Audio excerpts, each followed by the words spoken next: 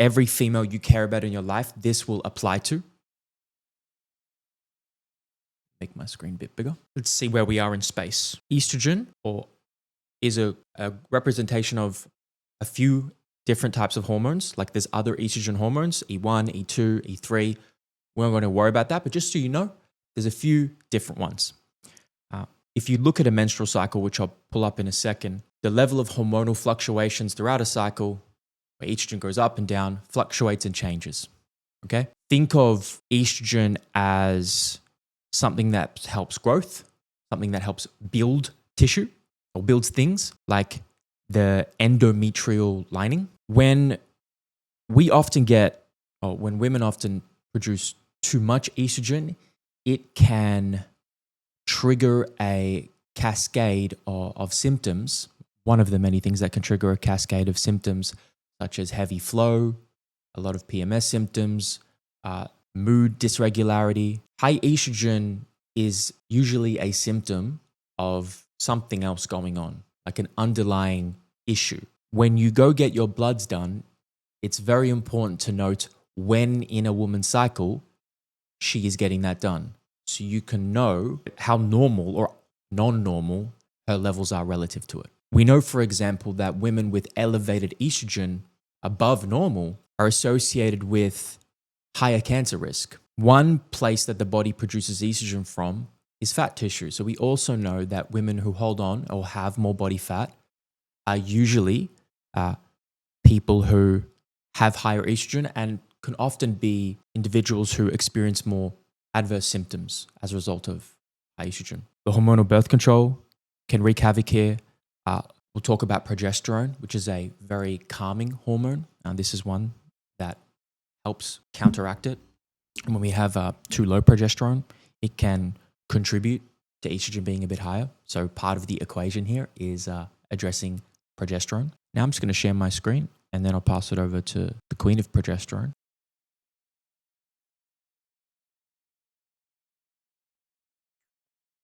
Ooh, cool. This is what a normal, typical 28-day cycle is supposed to look like. And just want to let you guys know, this is basically what most women's cycles do not look like. 28 days are averages. The window is going to be between like 25 to 35. Basically, we can expect most women's cycles to not look exactly like this, but it gives us a general indication and direction. And you can see that estrogen kind of surge happening in day 4 to 14. Now, this is all just very clinical, very like typical presentation. Is often not happening. But sometimes you get late estrogen surges. Sometimes the peak is too high and for too long. And that's when PMS symptoms can be contributed from. So let's bring it to Zoe, your case study. Do you want to just give maybe 30, 45 seconds of context after I just gave some background there? Yep. My client in particular currently has an estrogen reading on her bloods of just above 700, and her anxiety is quite intense. Her PMS symptoms are quite exacerbated, and she experiences just a constant state of bloating, lethargy, brain fog at the moment. Recording in progress. And experiences migraines quite frequently as well. Is that enough? More Perfect. context? The egg freezing? Should I mention that? We may bring that up later. That's great context. So you guys understand also. Sorry. We will have in your blood work module. You're gonna have all of this. So guys are going to have access to optimal ranges for all of these things. As you can see here, the ranges change from every phase of the cycle. But you don't just chase numbers, you need to understand the symptoms. All right, just a general overview for those who are less exposed to that area. Bit of a hodgepodge, kind of all over the place. But now let's get a bit more specific. Kiara, do you want to help the fam actually, what can we do about this? Many things. Yeah, we can do a lot. So I just want to show first one of my favorite pictures. Can you see that? Yes. This is the hormones, estrogen and progesterone, in their relative amounts. So they're actually measured in different units on blood tests, and it makes it seem like we'd be making quite a lot of estrogen compared to progesterone. But if we put them in the same measurements, we can see that we're making like way, way, way more progesterone, or we should be. And this is I just want to show you this to highlight how powerful estrogen can be and how much we should really be supporting progesterone, because we need it to really get to that level. So if we have estrogen outweighing progesterone here, it just puts it to scale or into perspective, like how much is really being made. So I just wanted to show you guys that, because when I first saw this, I freaked out. Let's put it into perspective, guys, girls. Progesterone is like your super happy hormone. Is that fair? Like to say, Kiara? Calming. Calming is more accurate. Super calming hormone. I'm struggling right now because it is so important, and so many women are not producing enough. They're so stressed, like just the whole industrial modern culture. All these influences actively work to damage a woman's hormonal production, and progesterone is like a major component in this picture, that if you have a woman or a client struggling with a lot of these symptoms, you need to address not just estrogen, you need to address this picture of progesterone.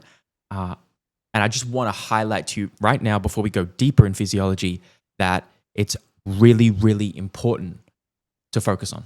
Bonnie, Zoe. Cool. So can we see this here? Yeah. So when we're looking at all the reasons we can have estrogen dominance, there are a few main ones. I'm going to go through each of them.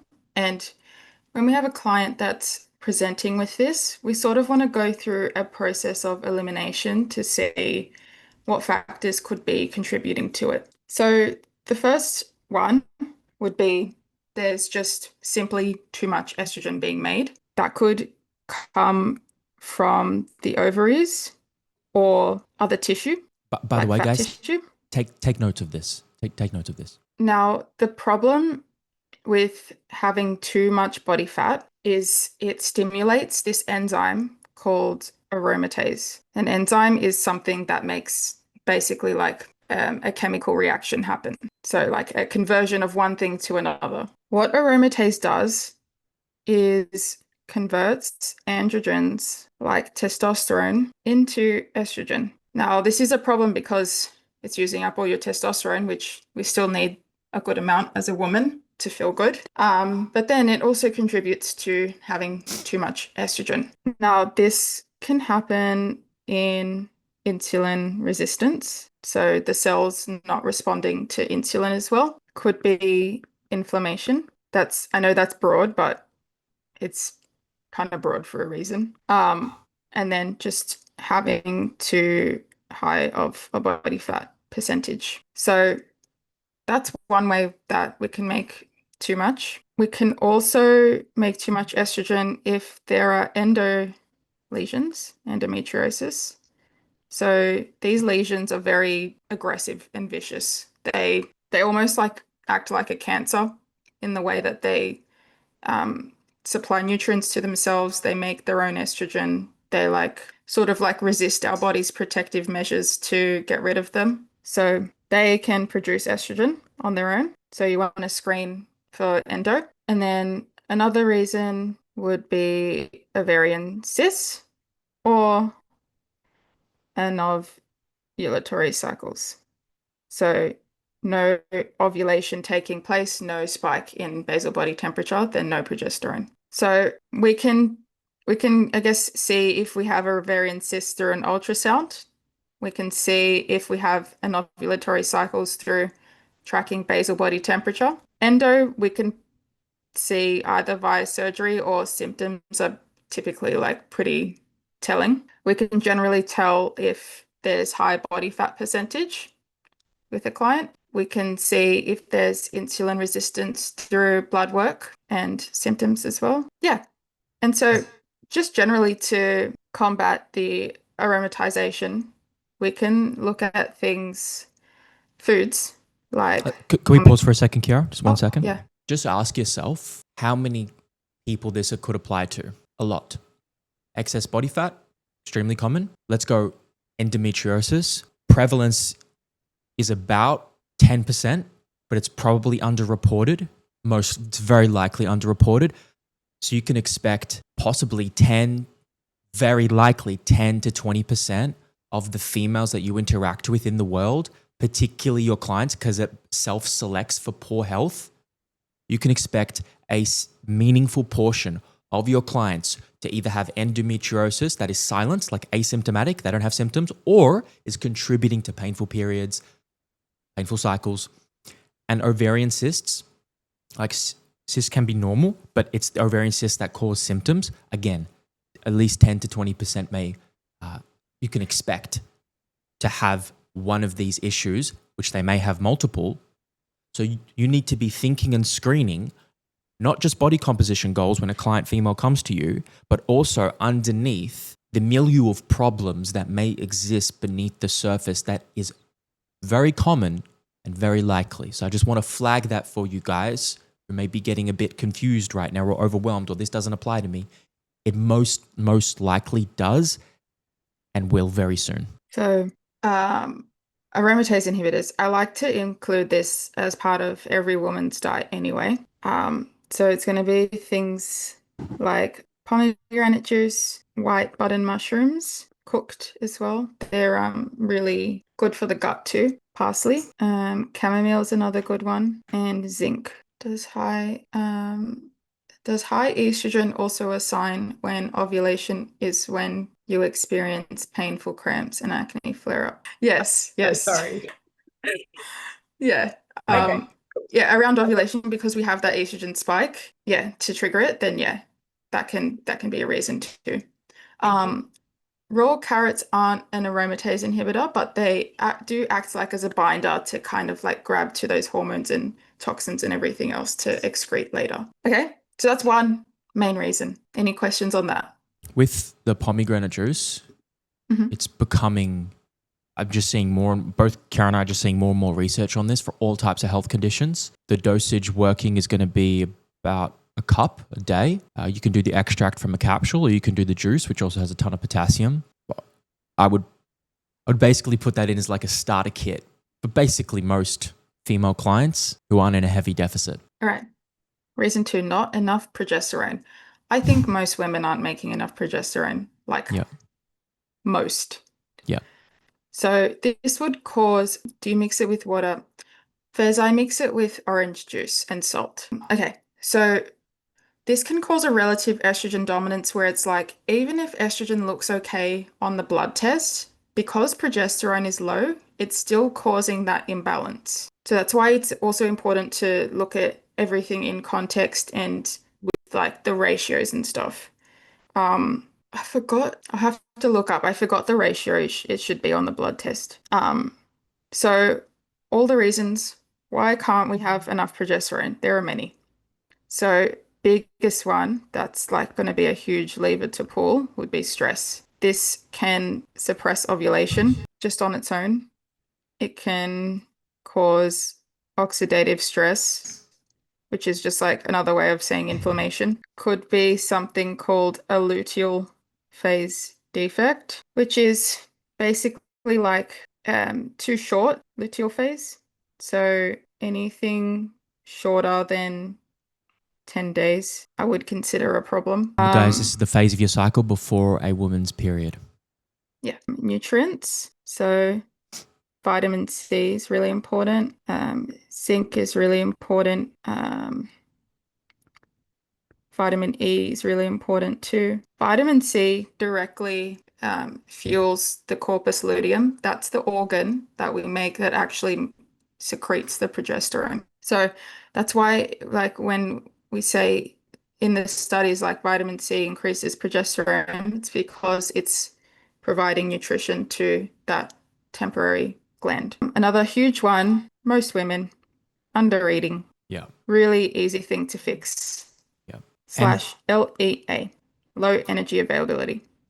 The struggle is women who have been dieting for most of their lives, like Beck, this population will you'll encounter this a lot because I know these are the women you want to help. They've been dieting for years. but they're also struggling with their weight and they want to lose weight. And you're going to face a great challenge, and that's I want to put them in a deficit and I want to help them lose weight, but they're also really struggling with PMS symptoms, psychological symptoms. What do I do? Case by case, but the undereating is going to be a big part, and it's going to be undernourishment. My suggestion for you guys with those populations of people who've been dieting for long periods of time, generally speaking, is going to be start with an anti-inflammatory healing phase first. It's going to make the later fat loss phases way easier. Very true. I've done this with a few clients. Another reason would be too much exercise. This kind of goes hand in hand with this, and I think would apply more to like female athletes and stuff that like more elite level. Yeah. But even I haven't come across many. Maybe Zoe has, like some women are training 6 days a week and then going for runs and doing CrossFit and high rocks and all of it. I have one client at the moment with like, we're working on her gut health first, like an anti-inflammatory healing phase. And she literally does like 9 training sessions a week. Yeah. You gotta turn it down. That's just another form of stress that is like a simple change. Another one could be thyroid, so like low thyroid, which you can see through a blood test. So yeah, that's the main ones for not enough progesterone. Any questions or thoughts on that one? I just got one. I'm just trying to understand when you mentioned about vitamin C, you mentioned about it. What does it help with secreting? Yeah. So this is the corpus luteum. After the egg is released at ovulation, it turns into this, and then this makes progesterone. Okay. This guy, corpus. That's just the fancy name. So that's pretty much how we're making progesterone.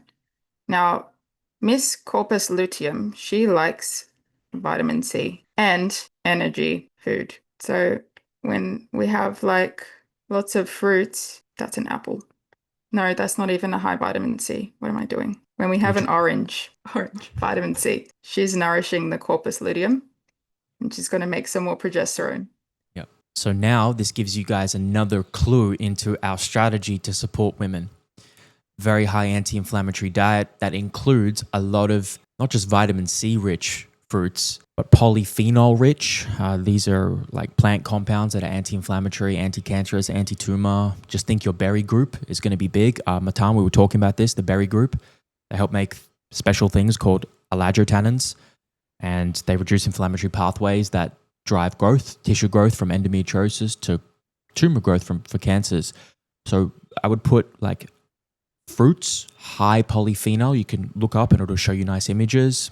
And we teas, cranberries. Colorful stuff. There you go. Rainbow stuff. Yeah. We're polyphenol maxing over here. Yes. All right. I got my pomegranate juice here too, actually. I've started doing it. Once I saw the stuff on Crohn's, I did a Crohn's review, guys, and I saw the stuff on pomegranate juice being used for Crohn's disease. Like, that's done it. I don't have no ovaries, but the gut stuff, every day as a man, I'm on the pomegranate juice train. I've sold out to Big Pom. Someone get me a sponsorship. Okay. So this third one, this is a bit more complicated. I'm going to say like a bunch of confusing words, but I'll try my best to like explain it. So basically, after we're done with all of the estrogen in our body, we need to detoxify it or get rid of it. We do this through gut, liver, kidneys. Now, one of the big ones is constipation. That's like the first place you would go. But in Zoe's case, she has good bowel movements. So then like what the hell is happening? She's pooping. So what's going wrong? What we can put it down to, oh yeah, the client, not you. How many times, Zoe? It's okay, you don't have to say. So we have two main phases with liver detoxification, phase 1 and phase 2. Phase 3 is getting rid of it through peeing, pooping, sweating. If there's issues here, this requires a lot of nutrients. If there's issues here, then we're not going to be able to get rid of the estrogen, even though we're still pooping. So this requires a lot of nutrients, like a ridiculous amount. The ones I would look at, oh, actually, no. First, the processes I would look at. So in phase 2, we have stuff like sulfation, methylation, glucuronidation. Basically, what this means is you have your estrogen. She's become friends with either a sulfur group, a methyl group, or glucaric acid. So they've joined together because it becomes more like water soluble, less toxic. And then your body knows what to do with it next and like get rid of it. That's like very oversimplified. So either like one of these could be going wrong, which you can infer through blood work and diet. Nutrients are going to be sulfur, cruciferous veggies. I think so. Is that why? I can't remember the exact mechanism. Yes, that is matan. The cruciferous vegetables, like, you're directionally correct. Yeah. So sulforaphane plays a key role in that pathway. Yeah, that's right. So yeah, broccoli sprouts is very high. So sulfur helps with sulfation. That's where that is coming from. B vitamins, they're very necessary for everything. Glycine is also a big one, and especially because everyone is just slamming muscle meats and not much gelatinous or collagen-rich meats. No bone broths, no bones, knuckles, that sort of thing. A lot of people are glycine deficient. Taurine is another important one. Magnesium, a bunch of other minerals. So if you think this is a problem, you'd probably go down looking at what nutrients are required for this phase 1 and phase 2, and then seeing if there are any big gaps in your client's diet or blood work. Let's pause them for a second. Sorry, can I add to my question verbally? Yeah. So one of my different client, she got her first period back after 3 years, and she gained about like 4 kilos in the space of about 2 or 3 weeks before that first bleed came. Myself as well, after both of my preps, it was a 3-week period where I put on about 5 or so kilos, then my bleed came. With that sort of a thing, is that a rise in estrogen and that particular weight gain a combination of water retention and fat gain from the aromatizing of the estrogen when you go from having no period to getting your period back? Are you also, though, increasing energy, like intake? Not of food? not enough to account for that much of an increase in a short period of time, weight-wise. I believe so. Excess estrogen, like why, let's just go an example, like why are women experiencing fluid retention in the later part of their cycle, particularly with excess estrogen? We have this thing in our kidneys called the RAS. You heard of it, I think, renin-angiotensin system. Basically, estrogen plays a role in increasing fluid retention. I think your theory is probably accurate without us going to do a super deep dive to increase sodium retention and extracellular fluid, just like the fluid like around cells. Yes, I think so. What do you think, Yara? Yeah, that makes sense. Yeah. Because there's a relationship between estrogen and the kidneys, like triggering fluid retention. Yeah, and probably because like if it's the first cycle in a while, Yeah. you're probably not making a good amount of progesterone. Yep. Thank you. So that's great. So what you can do, Zoe, is like manage expectations for your girls from the beginning who like maybe aren't ovulating or have some issues with their cycle. Like, hey, once we address this, you may notice you may gain a little bit of weight. And it's not fat. It's a sign that you're being healthier. And if you can reestablish the relationship between the weight going up with a sign of good health and nourishment, you can help them deal with the psychological challenge of that too. Thank you. It's helpful. I think you do a pretty good job at that anyway. This, at least explaining it with a little bit more of a clinical understanding of it, opposed to just saying like it's a sign your body is a little bit less stressed and that's a good thing. Yeah. Because clients go, I'm more stressed, I'm fat. And I'm like, well, you're not fat. You were underweight. That's why you had no period. Yeah. Like put on a couple kilos. But yeah, so I like that. Thank you. Awesome. Yeah, Fez. My follow-up question was something similar to it, because I'm like, a lot of people would then have the psychological impact, like, oh, I've gained weight. Yeah. And then it would be like, how long does it take you to lose that weight or something like that? That was the question I was about to ask, but you guys kind of answered it. Okay. You feel like we answered it? Okay. Yeah, I feel like you guys answered it. Thank you. Great. Cool. So practically, guys, just like where we are in space right now, like adding to your situation for coaching your females, we got to address B vitamins. Glycine can be through supplemental forms, but I'd probably start with bone broths. And, you know, like Kiara was saying, you're eating nose to tail, but that's tricky for some clients. Taurine is probably going to come from animal foods, but, you know, supplementing with that can be quite therapeutic benefits. Magnesium is a S tier no-brainer, 7 to 11 milligrams per kilogram of body weight. Cool. Yeah. And glycine is going to be great before sleep, going to help make inhibitory hormones, inhibitory neurotransmitters that calm you. I have some really cool practitioner grade supplements that I can get you guys through Vitally that have really nice combinations of glycine, taurine, and magnesium. Ethical Nutrients is the brand. You can buy it. Yeah, I think you can buy it yourself, but I don't know if you can. But they're a good brand for that. Big hitters as well are going to be alcohol and environmental toxins too. Yeah. So that's a big one. Now, as well, we can still have an issue where with this guy, glucuronidation. So Love your glucuronidation. yeah, because this evil guy, beta glucuronidase. Your estrogen and glucaric acid are fine. They're happy, traveling along. This guy, he's like, beep, slash, I'm cutting you off. Then estrogen floats away and she goes back into recirculation. Oh, I don't know what I'm drawing there. She recirculates because that bond has been cut off. Now we can have high levels of this enzyme because we have stuff like SIBO, E. coli, some other bacteria, but this is like a bacterial issue. So this is why we say like we want to look at the gut with estrogen dominance because this is a really big culprit.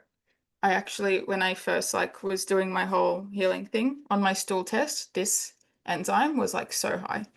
It was ridiculous. That's when I had like peak endo pain. So yeah, there's also like that factor to look into. So practically screening gut conditions with female health conditions, strong correlation together, particularly between like endometriosis and SIBO, and that's a bacterial overgrowth in the small intestine, by the way. So when you're onboarding a client, make sure you look at your screening form, look at their gut symptoms. Notice often there's a relationship and commonality between PMS symptoms and gut, which then can often link to high estrogen. So the problem with the gut is like actively making the systems that control hormones in a woman like worse. So bottom up, top down. Yeah, exactly. Now, Cool. last one, the estrogen receptor stimulation. This basically means that the receptor, so the thing that is receiving the hormone and making it work, it's getting stimulated, it's increasing. So it's causing it to increase how powerful and how much estrogen is being used. So this can happen through stuff like xenoestrogens. Oh my God, what is my spelling? And these are like environmental toxins. So plastic, BPA, makeup, skincare. They've got like a lot of phthalates in it. Pesticides, fragrance, like it's in everything. It's a bit fucked. Like yeah. Part of your coaching when you onboard a client, like you have to educate them. But basically, some of you might not even do this. You want to systematically reduce a lot of the environmental toxins that are mimicking the estrogen in the body and binding to these receptors and disrupting the hormonal system within all of us. Perfumes, poor quality air, but particularly like plastics, phthalates, like do you drinking from like glass versus plastic, you heating plastic. The coffee cups is like one of the worst. It's like people get, I'm going near that. Like people, like once in a while, like you're not going to die. But like there's all these little insidious things that just start to add up in our modern industrial like age that have progressively meaningful effects of damaging your client who already has poor health.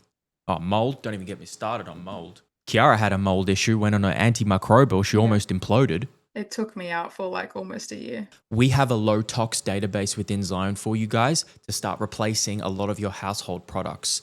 TLDR, Koala Eco, great brand, not sponsored. Use code SAAD for a free koala. and I would start to replace all your products in your house with those. Mold in. Oh, so basically, I found mold in my place. I was cooked. As soon as I found it, it cooked me. Extremely fatigued, had to lay down most of the day. Affected my lungs, my sinuses, triggered freaking histamine issues. I'm still working on it. Like triggered POTS type symptoms. Like I felt properly disabled. And then I did like a protocol for that, quite an intensive protocol. Experienced a lot of die-off, which was like I had waves of anxiety and panic and like more fatigue. Like it was really intense. And now I feel like I'm just coming out on the other side of it. But yeah, it only like you shouldn't be scared of mold if you have like a healthy body, like all of your faculties are in place. But for me, like I was just particularly vulnerable. Thank you for sharing. That's massive. Yeah. So a little clue, guys, for you. If you just notice, like sometimes clients of yours, all of a sudden they move to an environment or they do something, like they move, they relocate, all of a sudden, like within a few weeks or a month, they start getting these really bad symptoms and you're looking at their health and you're confused. Like the diet's good, the training, the sleep. Where did this fatigue come from? Often I find mold comes from this like acute, all of a sudden, semi-unexplainable, large bout of fatigue and lethargy. And like I notice a big change in the client and you're looking and things look okay. It's kind of often this like little invisible guy that can explain the sudden drop in a client's symptoms.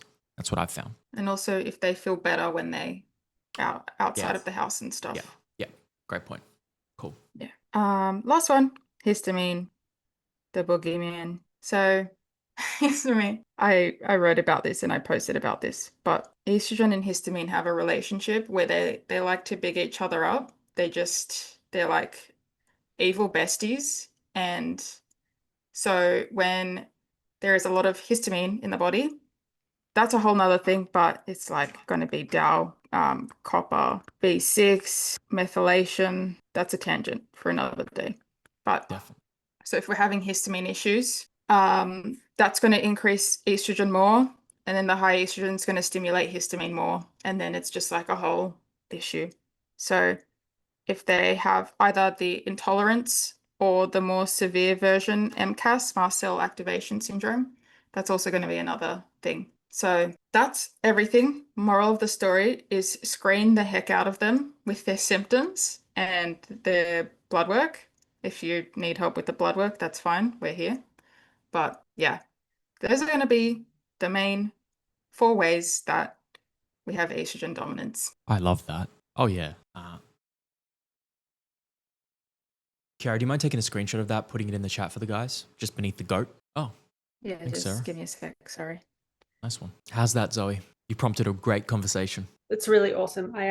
There's again so many women affected by similar things, and we work on reducing toxins and like cleaning up diet, eating more binding foods, that sort of thing, supplements to support like reducing beta glucuronidase, like Saccharomyces boulardii or oats as well. Yeah. But yeah, piecing it together, this makes so much sense for the little bits that I was missing for my client that I want to summarize and sort of bring to her in our next call. Awesome. Thank you. I would recommend you guys make content out of this, also like repurpose this new education as like content for your audience. Olivia, you have a ton of females. How is this for you? Yeah, amazing. It's just like more things that you can screen for. Yeah. And rather than looking at just like one reason, there's multiple, obviously. So it's nice to have it in like a brainstorm format. Do you feel somewhat familiar because you did this with, I don't know, did you do this stuff with Mandy or not as much?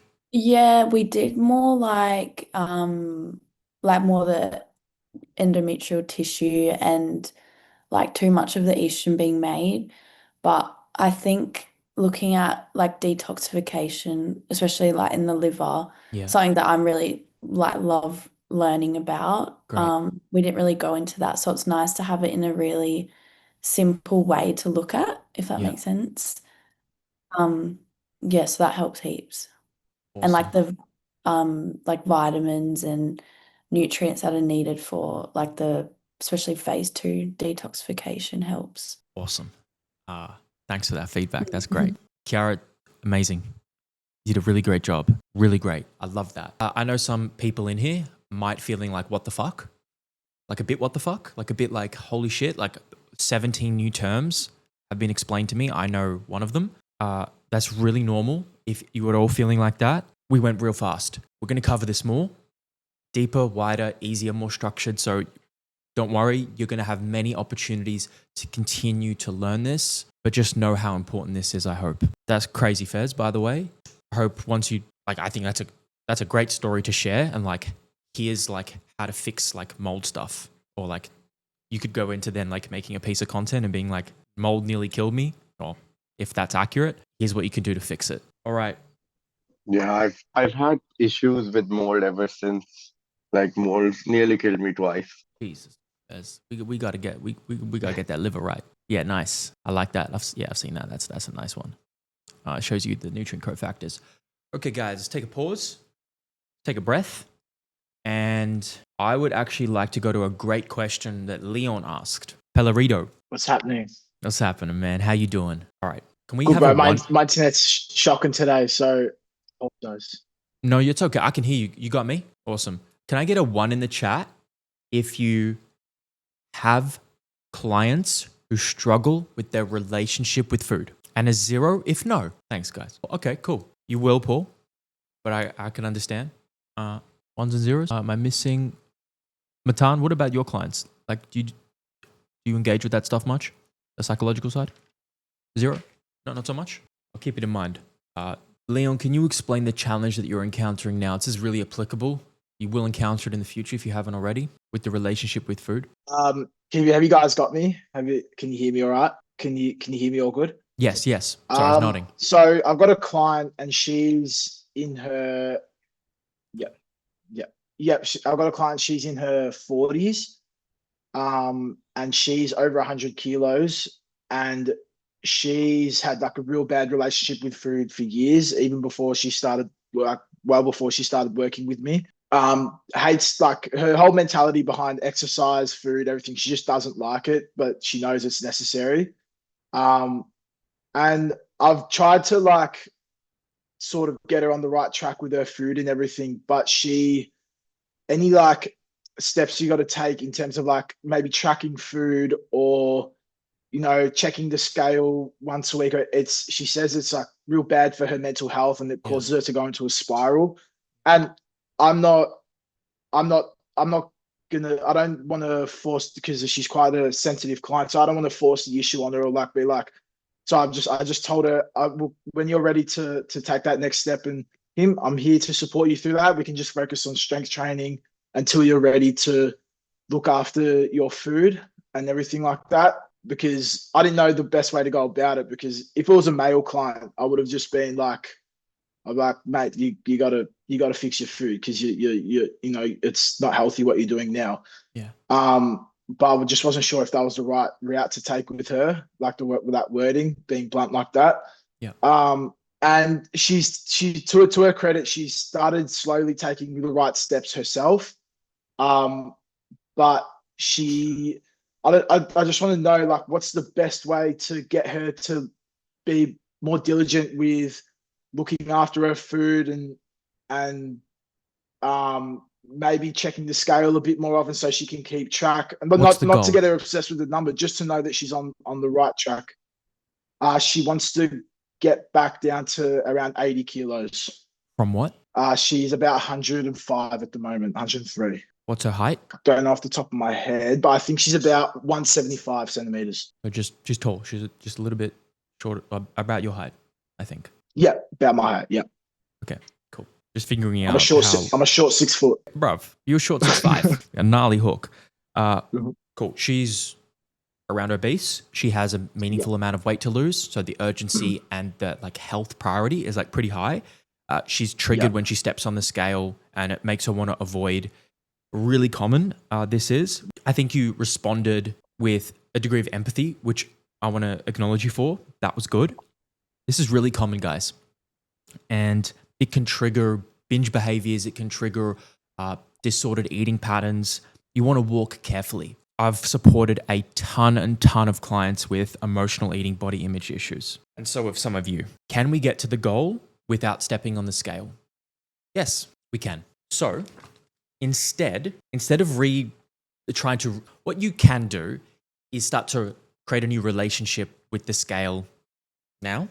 But I don't think that's the most beneficial thing to do right now.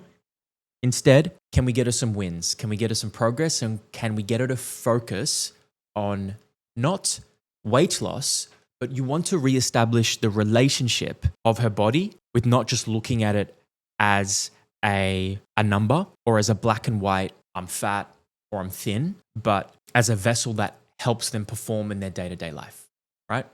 So what are you finding challenging about getting her weight down? Is she adhering to just a basic healthy diet? Now she is, yeah, because I sat down with her one session and I told her to just track her food for a week, not to focus on the numbers or anything, just so I could have an idea of what she was eating through the week.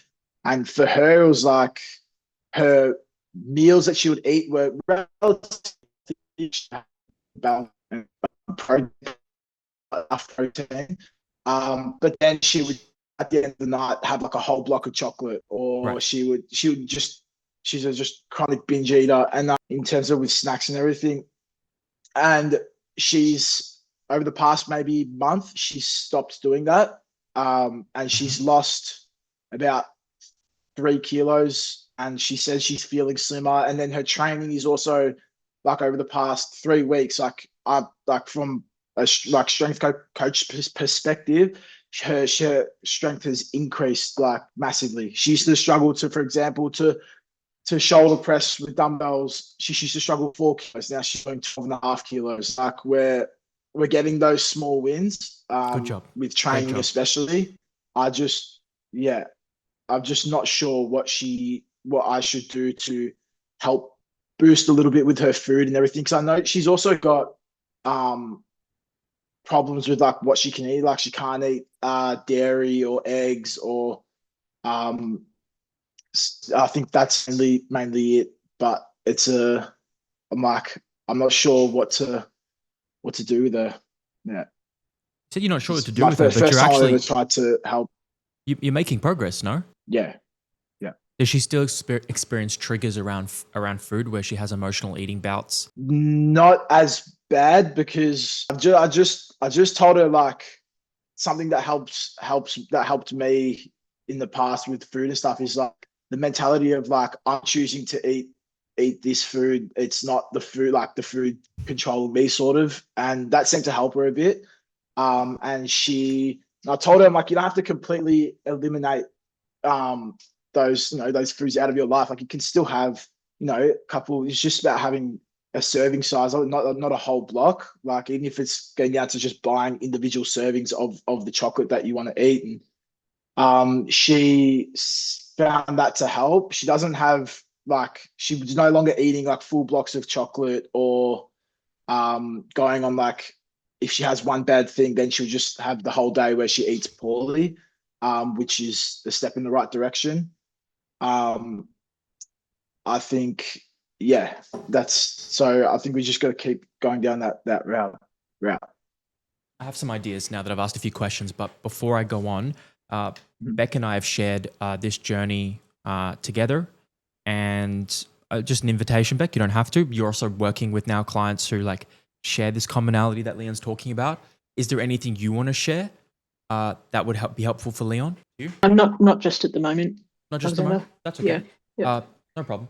Does anybody else, I like to collaborate together. Like, does anybody else have anything they want to share to Leon before I explain how to handle this? Olivia, Zoe? Just because you coach a lot of females. I feel like there's a lot of food related issues. The way that I explain it, is my treadmill really loud? No, you're good. By the way, before I continue. You're good. Now, it's food, like for nervous system regulation. I explain this to my clients that food is, you've got all these little levers. If you picture an electrical box, like the one that might be in your kitchen or somewhere in the house, that when it turns off, you've got to go click the switches back on. You imagine you've got one of those, and it's for nervous system regulation, and you've got all these little ones, and you've got meditation, you've got going for a walk, going for a stretch, journaling.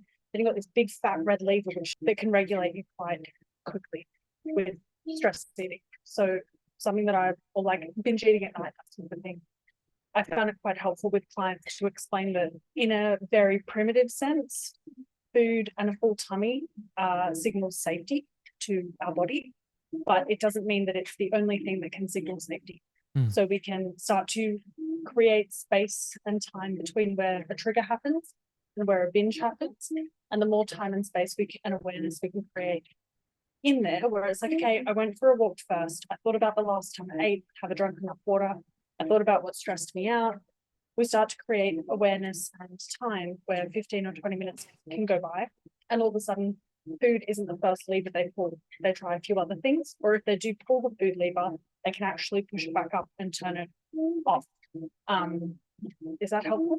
Thinking of it as a bit of an electrical board where it gets to, or explaining it as an electrical board where it makes sense that it's something quite easy for us to do at night time when we're stressed. I think the metaphor's useful for sure. I'm not sure if you're asking Leon.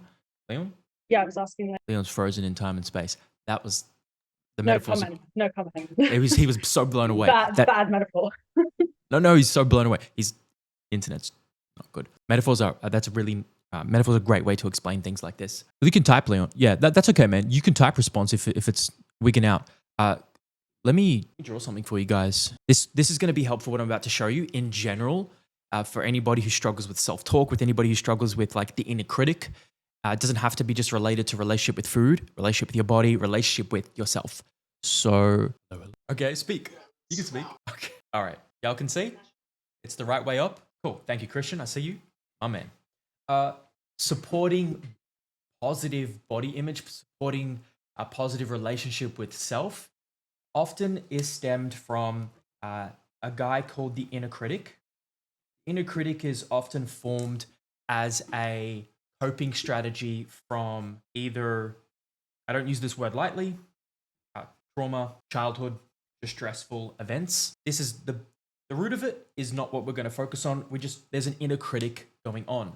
And that inner critic usually outputs, like you might have noticed this, Leon, it usually outputs with negative self-talk. It usually then goes to some type of spiraling coping mechanism, and emotional eating and the binge behavior becomes the response to dealing with often the self-judgment behavior, the inner critic that's been triggered. There's been a trigger behavior.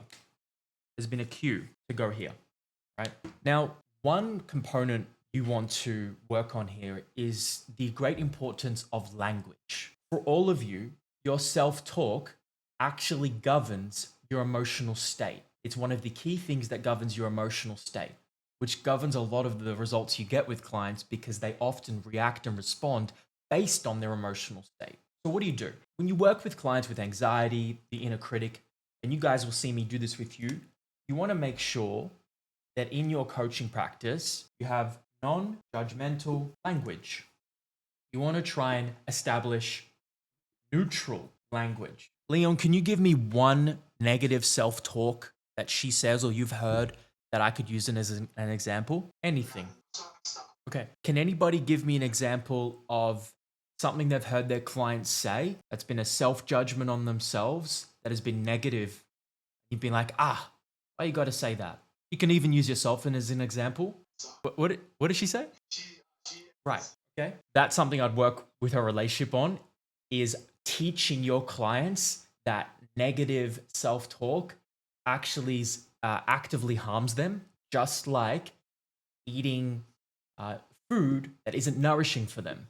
You have to educate clients that their language is like food for their body, food for their brain, food for their emotions. And for example, I did this with Sarah the other day. So I respectfully called Sarah out on some negative self-talk or a belief that she had or something she said, and she really appreciated it. So what I would encourage you guys to do is play an active role with your client in coaching them to speak significantly more positive about themselves. You can use Socratic questioning. It's in Zion, in the psychology module. You all need to watch that. We're going to cover it. Asking them, well, what do you love about training?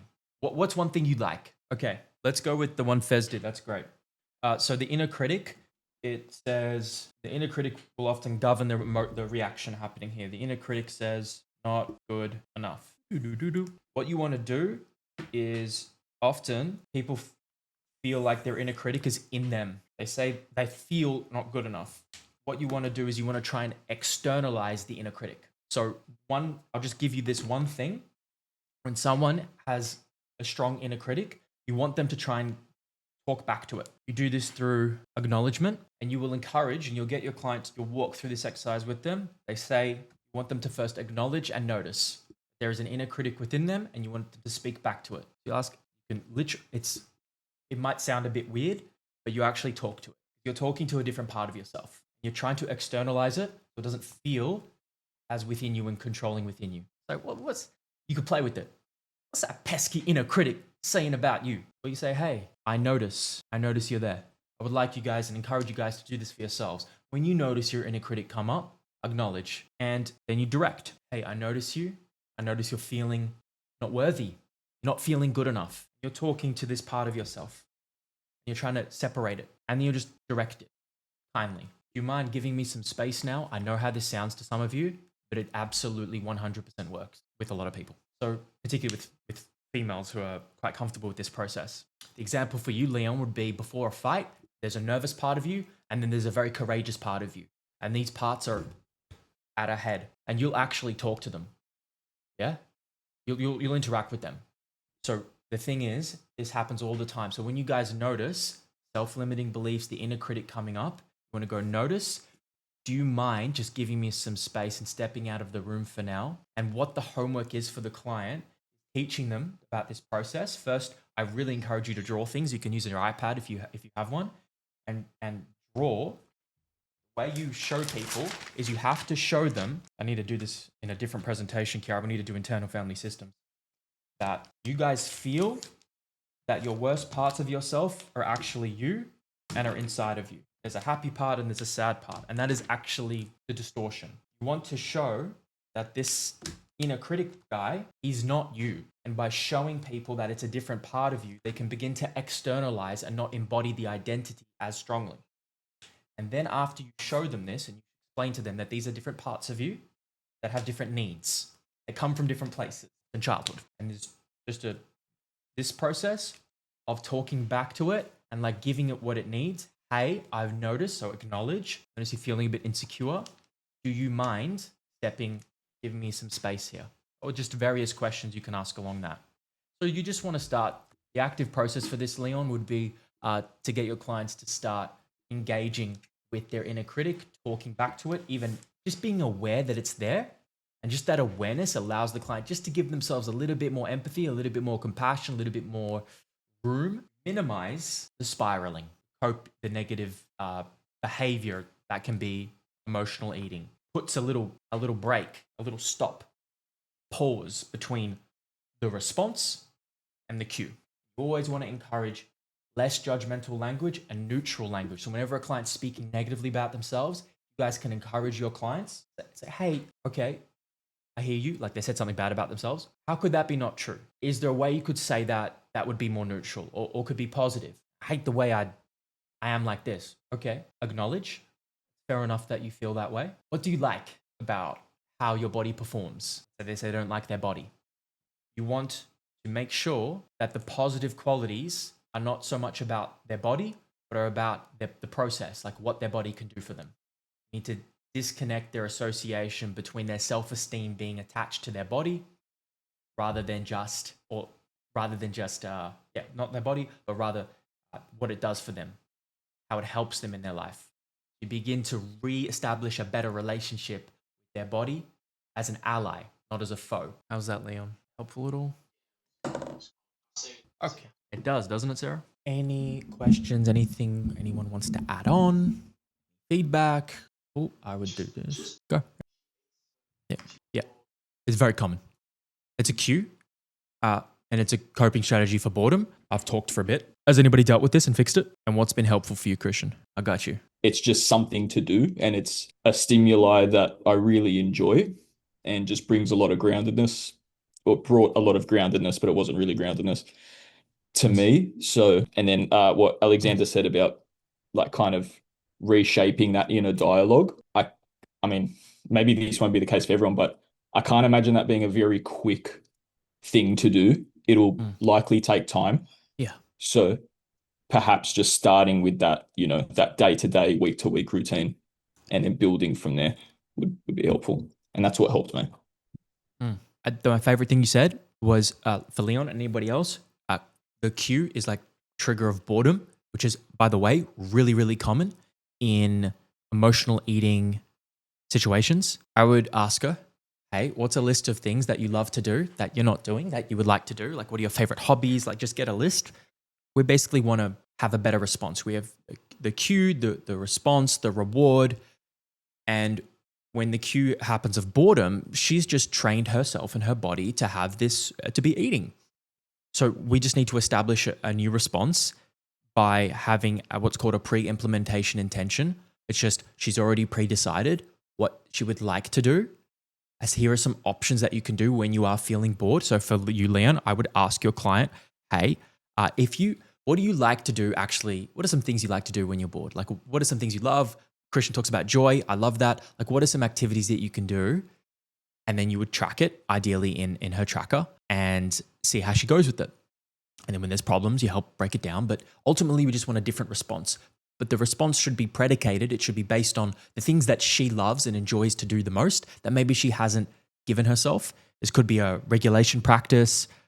It could be something like meditation, or it could be something really fun. It could be exercise. It could be a walk. I'm not sure what it's going to be for her. I'd encourage you to write her. She's going to write a list. I'm going to say, hey, Sally, I would like you to please write a list. And then I'd like you to put that list up somewhere. She needs to see it. Where do you typically get bored? You need to ask that question. Then this thing is up and available for her to see, so she gets cued to remember to do the thing that she said she was going to do. Because when you have a pattern that's of behavior for many years, it's easy to fall back into it. But if you have a cue to remind you, then it's not as hard. So you need to ask her where it's happening. You need to get her write her the things down of like what she loves to do, that she may want to do, that would excite her, give her joy. And then she'll look forward to that thing, and it can help fill the space. We're having a replacement behavior alternative. This is the part where you respond, Leon. I think you're writing. Are you writing? Was writing. Oh, fantastic. I'm a slow typer. I'm getting old. I'm a slow typer. If you're getting old, I'm fucking Gandalf. I'll implement those things. Thank you. Beautiful. You're writing. Very good. Okay, you might want to watch this one back. Okay. Cool. Yeah. Anybody got any follow-ups, questions, thoughts? I have one for Leon on that. And it's probably like really basic for most of us, but like with her, like, you know how you're saying she like would have a whole block of chocolate or something, like she'd eat something that's like really shit quality. Then like, I mean, this is what I do, but like, just don't buy a better version of that. Like, let's say she's having Cadbury Dairy Milk chocolate, like go to the health food store and get like a nice quality, like good quality cacao chocolate. And then like the snacks that she has, instead of them being like highly processed crap, it's like you can snack still, but like it's better quality, you know? Or like, I don't know, for example, like when I was really sick, I would always crave foods that weren't great for me. But then I had a system in place where like if I wanted something sweet, like I'd cook stewed apples with like coconut yogurt and I don't know, pumpkin seeds or something like that. So I don't know if she's already thought of that, but it's just like you can still have snacks, but like they don't have to be shit quality snacks. But I also, while I'm saying this, I'm realizing that it's like a habit of just like binge eating, regardless of what it is. But still, like getting her to sort of not buy things that are low quality snacks and instead like fill her house with things that are better quality. This is great. This is really good, Sarah. And what you want to do, Leon, and everybody listening, is ask them. First, you want to remove guilt from the experience. Like I tell my clients, it's okay for you to have this. You don't need to feel guilty about this. Like I'll have that conversation around, let's remove guilt from the consumption of this food. Because when there's guilt, there's shame, and then there's the continual proliferation, the continuance of the behavior. And it's okay. So I allow, like the best way I've helped a lot of my binge eating clients and emotional eating clients is by disconnecting them from their relationship with guilt around food. You can eat this. You can eat whatever you want. And I tell them, I want to help you create a diet where you can consume these foods. This is what you can say to your client, where we can consume these foods semi-regularly without restriction. When restriction happens, often binge behaviors happen. So for you, Leon, Sarah's suggesting a replacement option. Ask her. If you control and try and just say, have this, it often doesn't help. I often need to put autonomy in the client because binge eating and emotional eating often is rooted in desire for control too, and control over themselves. Let's say, what works for you? What are some other replacements? What are some other foods, like Sarah's suggesting, with other forms that could be slightly more nourishing? I don't say the word healthy as much, like a bit more nourishing. Do you like dark chocolate? Like, could you get like the 80% cacao one? And I just ask her. And then she has a little bit more control. And if the client has more control, they have more autonomy. And people who are more autonomous and have more control over their actions are more likely to do the action. Ask. 100%. I'll when I see her this week, once again, I'll ask her. Okay. And bring it up in conversation. Yeah. We've Sweet. given you a lot. Yeah. We're going to stop there. Thank you, everyone. That was unreal. Thank you for wanting to help her in this way. Thank you for Fez and Sarah and Zoe. I appreciate you guys and anybody else who contributed. Maybe the last thing, maybe the second last thing. Matan put something in the form that is going to be applicable to all of you. Matan, do you mind sharing? It was the recent obstacle with communication and check-ins. Yeah, so I'm just having a challenge getting. I don't have a lot of online clients. I have like 3 or 4. I'm just having a hard time getting them to adhere to any kind of check-in, and I've tried all sorts of stuff, whether it's sending them a WhatsApp message that just to have them just write out what's happening, or going through a tracker, or even giving one of my clients a special tracker and like really trying to engage with him by saying that I'm trying this new high-end tracker and I want him to test it out to give him to make him feel like he's a little bit more special. Yeah. So I think part of it, yeah, it's a two-way communication, right? So I'm trying to really nail down where I'm missing out, what can I improve, and also how can I communicate it better to my clients to make sure that they get the most out of the check-ins. Yeah. That's a really common one and it's challenging. Okay, so this is going to apply to all of you, clients who don't fill in the checkers and the trackers. What percentage of your clients are not adhering to the tracking in the way you want? Yeah, I would say 75%. Just let's set the scene. Even for someone like me, I have noticed there will almost always be a certain percentage of clients who won't do it. Is it 75%? It shouldn't be 75. We can work on that. But it will usually be about 1 in 10, 2 in 10.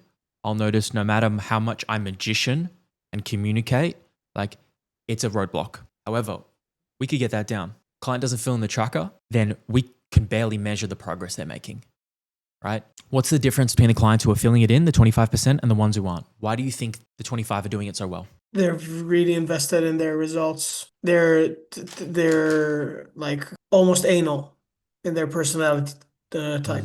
Would that suggest then the 75% are not invested in their results or no? Yeah, maybe not as much, or they don't understand. Maybe I haven't communicated the value that they can get from filling in the tracker. What do you communicate about the coaching tracker and the check-ins in the beginning, and how do you communicate it? I just communicate via text saying that they will be provided with a tracker. Yep. And that whatever's not communicated, I can help with. So I set the scene to make sure that they understand that because it's online and I'm not with them, if they don't send me information via the tracker, I can't really help them. Okay. And then after 3 consecutive times that they don't fill in the tracker, then I'm just stopping. I'm going to stop reminding them. Yeah. Do they know that, or you just do it? No, yeah, they know that. I communicate that when we start. This is all in written? Yes, it's written. Okay. Not signed though. Yep. It's not in the agreement document. Not signing the The agreement. expectation. Yeah. Not yet. Yeah. Guys, real quick, can you put a 1 in the chat if you've ever struggled with clients not filling in the tracker or getting back to your WhatsApp messages? Put a 0 in the chat if you Nah, it's no problem for me. I'm Superman. Not Superman, but you're good. I've done it. I've struggled. Cool. Can you put in the chat, guys, anything that you guys have found to be really helpful? Let's crowdsource support. All right. I think we can really help this so your clients can get better results. I can see one problem that's happening, and that's often a message is forgotten. The written form can be not felt how actually serious it is that you want them to do this habit. So you have an initial online call with them, yeah? Like a consultation online? Yep. Yeah. In that initial consultation, actually, do you have any videos or any like content that you send them on how to use the tracker and things like that? No, I don't have that. So how do they know how to use it? How to get the most out of it? It's pretty straightforward. And also I've tried a few formats with different clients, so I would send a Loom video of a walkthrough if it's a little bit more complicated. Yeah.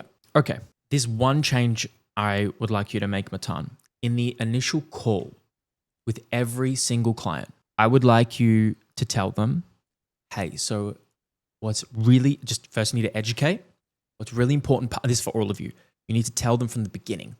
Really important part, not written. I'll tell you why in a sec.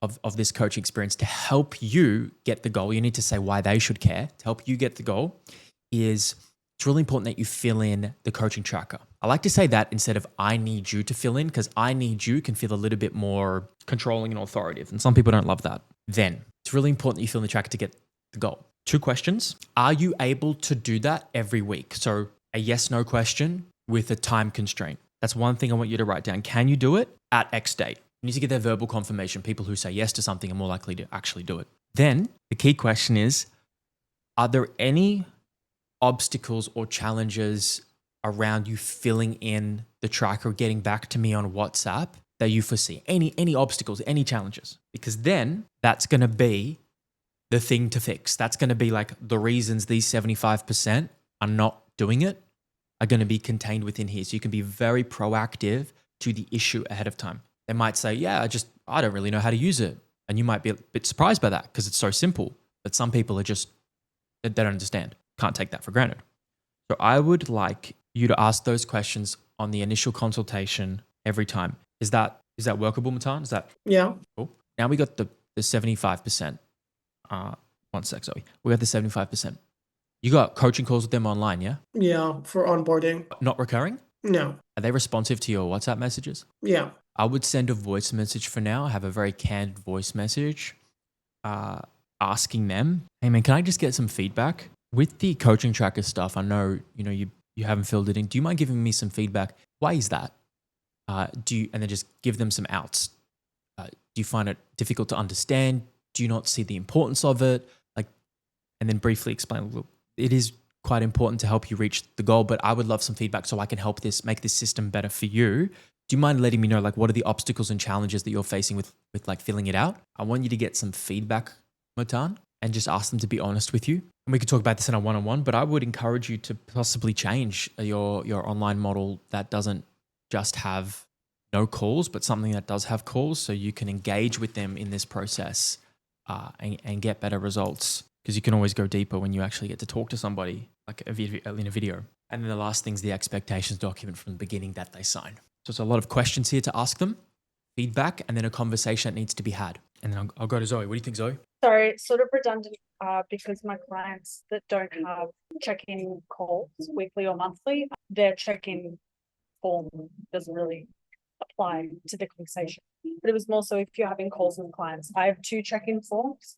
So for clients who are not good at filling in the one that is quite expansive and goes quite into detail with biofeedback, we have another check-in form called the basic check-in form. And I'm like, if you're struggling to fill in the check-in form, because some clients will say it's too long, I don't want to answer all these questions. I'm like, okay, if you don't need to right now, and we can get by with the shorter form that will take you 5 minutes instead of 15 each week, then we'll move to this one. But if you start having more complex issues, we'll pull you back into a higher biofeedback. So then they get the option to have the system tailored to them so that they fill in the shorter form. And there's less barrier to entry. So I found that helpful as I actually have 2 forms for those clients who are like, it's too much, it's too complex, all that sort of thing. Yeah, that's definitely an option. I don't like to give clients too many options. I don't like to every single new process you add in this is not critique, Zoe, by the way. This is just a consideration for all of you. Every single new process you add in a business, it opens up all these new loops of decision making. And I like to keep my business as minimal as possible. And so I would just be mindful about the consequences of continually adding more and more systems. But some clients don't need extensive forms. I prefer to work with clients who like self-select and like to do these things and usually come to me for these things. But there's also an education part. Your clients do not understand the value of habit tracking and these trackers that you're going to get and using these apps. They don't understand. You have to educate them to why it's so important and imperative to their goals. They are not coaches. They don't implicitly understand this. Some of them have not tracked food before, let alone like tracked habits and KPIs in a program and all these metrics. You have to meet them where they're at and educate them. And that's a video I would make in onboarding. You want to improve your adherence? Make a video on onboarding. Talk about the research on habit tracking and how much it improves adherence to a task, adherence to the goal and the habit. Then they will understand why the thing they need to do is so important. Zone. Fez. Can I ask from a client's perspective and as like a coach responding to the check-in forms and stuff as well? Because, for example, if I'm a client, I've put in a lot, maybe even like if Zoe is talking about like just a basic form, I've put in a lot of information. Yep. How do I respond to it as a coach? Do I just go like, okay, yep, you pointed out these things, that's all good, moving on? I've had some of those issues before and where it's completely shut me down. I'm like, I gave in so much information about all that was going on. And my coach was like, yep, okay, on to the next topic. How do you respond? You have to know, you have to look at it, and you're a hospital. Someone comes in with a gunshot wound, someone comes in with a stabbing, someone's got a cold. You have to look at the form, and the temptation for me is to get to everything because I want to make people feel seen and heard because it's not what I experienced when I was young. It's like all our behaviors go deeper than the superficial. I have to be aware of that in the moment, and you guys have to realize the goal is not to get to everything. Impossible. Guys, I'd be here for 5 hours. There's stuff we haven't touched on in the forms. So you, as a coach, you have to look at what's the highest priority relative to their goal. It's the highest priority. Sometimes that will mean you might have to dismiss or delay some things. What I like to do is to make the client feel acknowledged and say, hey, I noticed all of these things. I'm happy to talk about this stuff like on message, on voice message. I'm just want to let you know I see it. I can't get to it, or we're not going to get to it right now because there's this bigger thing I've noticed. Is that cool? I'm always asking check-in questions, like check-ins, like, hey, how are you feeling? Is that cool? Like, notice how I do that a ton, and then we focus on the big thing. Oh, really? Christian, talk to me, baby. I love to hear your voice. Yeah, like just as you said that, I realized like, oh damn, like I think I do that because I like, especially in like some clients check-ins, like when there's like, I know going into it, there's a bit to talk about. I get a bit like almost rapid with it. And I'm like, I'm going in for everything. And before I know it, we're majority of the way through the check-in, and I've kind of I think I've led it a bit too aggressively. Yeah. And it just didn't it's just the way you said it. I didn't think about it like that. So I've just had this bit of a brain expansion right now. So thank you for that. You're welcome. I love your words. I love how you talk. Your metaphors, your analogies, brain expansions. I know, right? You must hear some wild stuff. All right. Can I celebrate you guys for a second? I'd like to get to some wins. Leon, you picked up 3 new clients, man. Good job. Yeah, thank you. How'd you do that? They're all people that I've known previously. Great. 2 of them had messaged me just out of the blue. Like I haven't even spoken, or we haven't interacted in a few years, but they messaged me, wanted to get some training in, and they came in for their first few sessions last week. One of them was for boxing, which I'm trying to move away from that a little bit, but it's still all good. Another one's for just strength training and weight loss. And then my third one was someone that got referred to me by past client, and that's the one that I messaged you about, who's shocking posterior chain strength. And we started up with him last week as well. So I got him through a referral. Awesome. Does anybody have another? And by the way, I don't think it was random. When you put yourself on social media, when you put yourself out there, when you're doing more of the thing, you attract more of the thing. This is not just energetically. This is actual reality. Like, people see you, and that influences their behavior. Does anybody have anything else that they want to share that's like positive that happened in their week? Okay. Can I just say, like, I've been obviously training with F45 since January. Yeah. And I've realized now my head coaches gave me, like, anyone who's struggling with any posture or anything, they'll ask me to go stand next to them, help them with the posture and stuff. Any new clients that come in, they're like, Fez is going to look after you. And I've also built up the confidence of like the tactile cueing, because I was very reluctant of going into people's spaces because I don't know them. But I really built that up, and now I've seen like a big confidence boost in myself, coaching people at F45, even the veterans over there, like who've been there for like 5 years, 3 years. And like, they're jacked up people, but their grips and everything, like their postures are so off. And just me going like, listen, you have to have a balance with grabbing the body. And they're like, oh, we didn't know. I'm like, okay. But then I'm like, now I'm confident enough, like shouting from one corner of the studio to them. I'm like, what's your grip? Yeah. Rather than me coming up right next to them on the side. But I'm like, I've grown that confidence in myself. So you're commanding more of a presence now. Yeah. Well done. Thank you. Keep that up. See, the confidence, guys, it doesn't build in theory. It doesn't build by thinking about it. It comes from doing the thing. Oh, man. Keep it up. Lots and lots and lots of reps. You guys just need a ton of reps, like 1 million reps, which is basically just getting the chance to help people. Guys have any questions, put them in the chat if I haven't covered them. We're going to go into some overtime right now just to help you guys out more. If you want to hang, you can. I'm just going to break down this guy's cooked posterior chain for Leon and do something I don't usually do, which is something I used to do all the time, which is show you guys how to improve movement, which influences us all.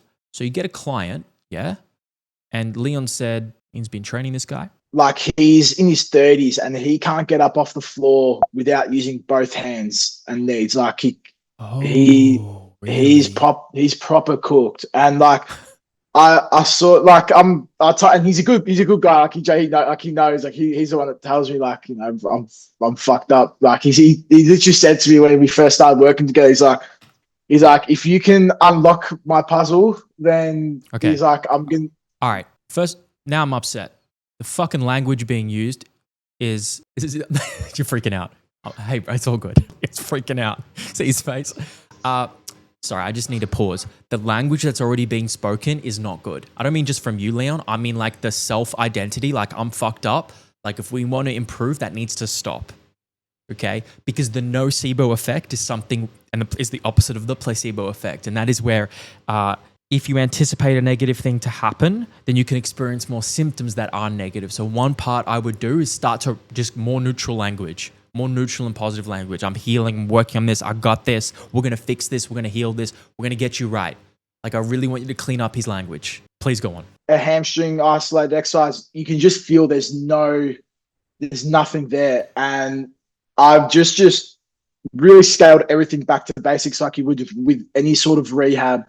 But I'm just like curious to say, is there something more I should be doing with him, or just keep, see how we go at right at the basics and then slowly, progressively build up and try to get him a bit stronger. Like, you can see, What's his goal? To be able to like move like a normal adult in his 30s. See, like, look at that. He feels, wow. He's feeling pain? Not bad. He's explaining there. I had to remove this out because my voice was that's good. Just yelling into the microphone there. So he's just saying that like his back is taking over in that little that hinge movement there. Yeah. Look at what's happening to even just him coming, like he has quite poor motor control. Even just look what happens to his base of support and his feet. Yeah. He loses his tripod foot and he goes he'll completely lose his not completely. He Yeah. loses a lot of his balance off center of mass. Yeah. And he loses tension through his core, which forces his back into his lumbar into extension. Then he and then that's where he gets the pain from his back from. So a lot of Wow. been just doing a lot of core work, but like you can just see how much of a struggle it is for him to even get, like, even if your core switches off like a body weight hinge, you should be able to do that like in the most, Yeah. Wow. you know, like Look at that. Mm. He completely just his knees dive forward because there seems to be very minimal. There seems to be a bit of inhibition through hamstrings, through glutes. Yeah. Okay. Yeah. Like even when I do like hip extension exercises with him, like bent leg hip extension or straight leg hip extension, like he can barely get himself off the ground, and it's like lots of work to be done. This is where there's a few things going on here. This is where I would isolate before I'd integrate, and where I'd go is I would actually go machines. I would put a lot of stability behind him. We need to get a lot more neural drive and intramuscular coordination happening through his glutes, through his hamstrings. I'd put him in a hip thrust machine, put as much stability on him as I can, and I really need those glutes to fire and those hamstrings to fire. I need slow, controlled movement. We need slower on the entire tempo. Like he's just going a bit too fast here. I know he's just showing you. We need to control the tempo. I want you to start doing some isolation or some isometrics with him. So isometrics at hip extension. Been doing that. And what are you doing right now? What movements?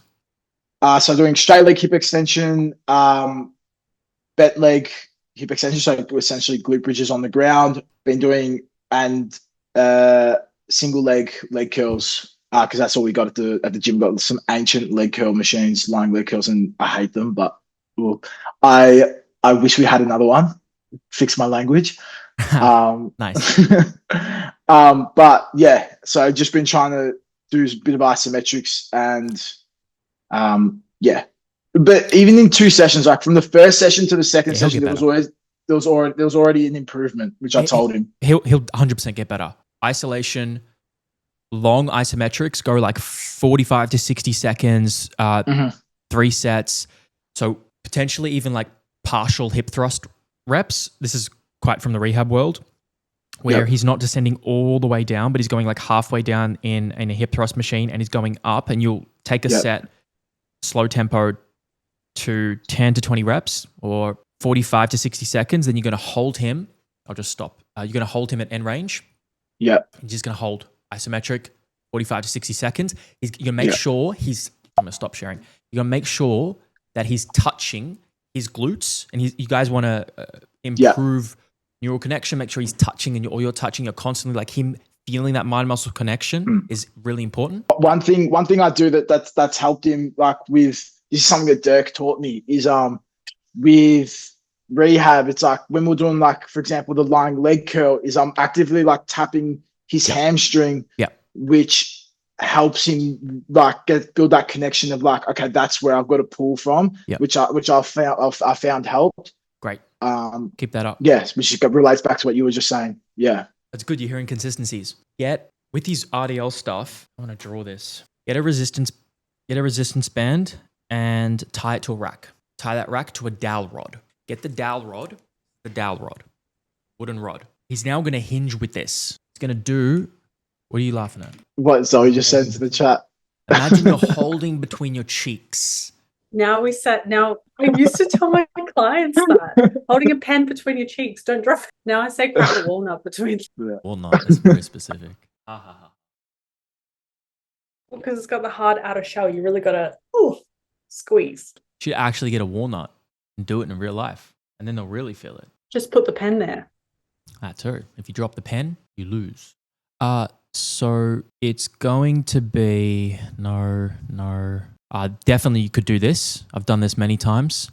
We're providing a counterbalance resistance, but what I'm looking for is that's the WSSC, the band pull through. That's the main exercise. They built the whole business. That's Woody's favorite. Okay, this will be the best example. So Just imagine that's a dowel, and then the band is just attached to the rack. You have one band attached to the rack. Instead of on the ground, it's attached to the rack. For every action, there's an equal opposite reaction. As a result, he should be able to control the eccentric much better motor control, because he's being pulled one way, which forces the body to react and contract the other way, which is going to just improve his movement competency, and is going to be a way to regress this, and so he doesn't shake as much and he has more of a smoother movement. So that's one thing I would try to see if that helps him. Does that make sense? So just to clarify, it's band on the rack, band's coming out, then the dowel stick is almost acting as if a bar, as the bar. Is that correct? Correct. Sweet. Correct. Awesome. Isolation movements, machine-based support, slow it down, tempo, long isometric holds, 45 to 60 seconds on the back of one set at the end of each set. Like if you do two to three sets, you're doing like the last set is the long isometric hold. Regress, I don't want him, like I really slow it down, get the dowel with a resistance band to control the eccentric more. He'll be fine. He'll be great. Yeah. Thank you for that. No problem. Should I get back to personal training on the gym floor? Make a return. Should I go work at Woodford's again? Yeah, get down. Do you think they'll pay me? Maybe, if you ask nice enough. Demand authority. The big Saad is here. Okay, that was, yeah, did you like that at the end of the email? Sarah loved that. I'll do another one next time. Who knows what it'll look like. Pattern interrupts are everywhere. Easter eggs are everywhere. I was at work and I opened it like on my work screen, and there was people behind me like scrolled down, and I was like, oh fuck, but it was funny. I was laughing. I'm glad to make you really laugh. Caught me off guard. Yeah. See? You got to read the emails in full. You'll get hit with nice surprises. There's a few landing pages I'm going to be reviewing later on, guys, but for now, is there anything else that we can help with? Last pressing, like burning questions or a loop that you want closed. Nice community chat. Yeah. Feedback. First time we've done a lab call. The sun looks great on you, Sarah, by the way. It looks very relaxing, and it's great that you're outside. Yeah, it's a nice change. It's like helps me to because I've got like that little bit of like ADHD where I'm like, it's hard to just focus on one thing. So I get to like look at the birds and look at the it's great. Path and still listen at the same time. So it's like good. It's the first time I've sat out here for a call, but it's good. Is that water in the reflection? Yeah, I'll show you. Oh, wow. Can you see? I can't see my screen. That's beautiful. Yeah, it's pretty cool. I'm pretty lucky. And there's just like retreated birds Sarah's screaming at me the whole time. Like my audio's been off because they're just like yeah, you guys are all welcome to come here anytime. Actually, when I met Saad, I wondered how you sort of dealt with that being in New York City. You know, like I'm sure it's really cool, but I would struggle. Like something that I just really you got to be intentional. Appreciate is nature. Exactly. Yeah. You appreciate it. No matter where you go, you just have to be intentional. And so you put yourself in parks, go outside, and homeless people make noises. Were you near Middle Park? Is that close to everything? Like, could you go for a walk there? What? Is it called Middle Park? That big is park? So funny. She said Middle Park, guys. Isn't that what it's called? Middle Park? What's it called? It's like in the middle. Central Park. Same shit. It's such a common thing. It's like so funny to hear someone like not know. Is Middle Park somewhere in Melbourne, isn't it? Or is that Mill Park? That's a suburb. Yeah. All right. Mill. Close enough. You know what I mean. Anybody play Grand Theft Auto with the rats and pigeons? Yeah. Yeah. We're going well off we're just talking. We're just hanging out right now, guys. The rats and pigeons. Yeah, look, you can eat pigeons. You've eaten a rat? What do you think we're doing on the next retreat? We're going out there. It's a good diet for our estrogen balance. Rats and pigeons. That's right. That's what we didn't cover. Absolutely. Yes, that's quite funny, Paul. All right. Very good. More jokes? Yeah, I brought this lab call forward, so if you guys want us to do them at a more high frequency, because we do have the space for it, then I am thinking to run them monthly instead of quarterly. Cool. Yeah, I'm thinking that. Thanks for the comment, Leon. Yeah, it's been helpful. Cool. I know I can't get to like every specific challenging question. It's always going to happen, but thanks for engaging, guys. You guys were great. Yeah, you learn from each other. Cool. Yeah. All right. Let's leave it there, y'all. Do we get the trackers yet? ASAP. I'm working hard. We're working hard on it. It'll be worth the wait. You'll get them forever, so don't sweat it. Retreat announcement. Rat jokes now. And use some big ass rats on the subways in New York. It's like, you want to see nature, Sarah? Nature's in the subway. We're about to announce the location of the retreat. like where it's going to be. Everything 100% confirmation. So yeah, we're actually going to Sarah's house. Surprise, with the penguins. See you guys there. Hey, have a beautiful, blessed day. I'll see you guys Friday. Love you all, and have a blessed day.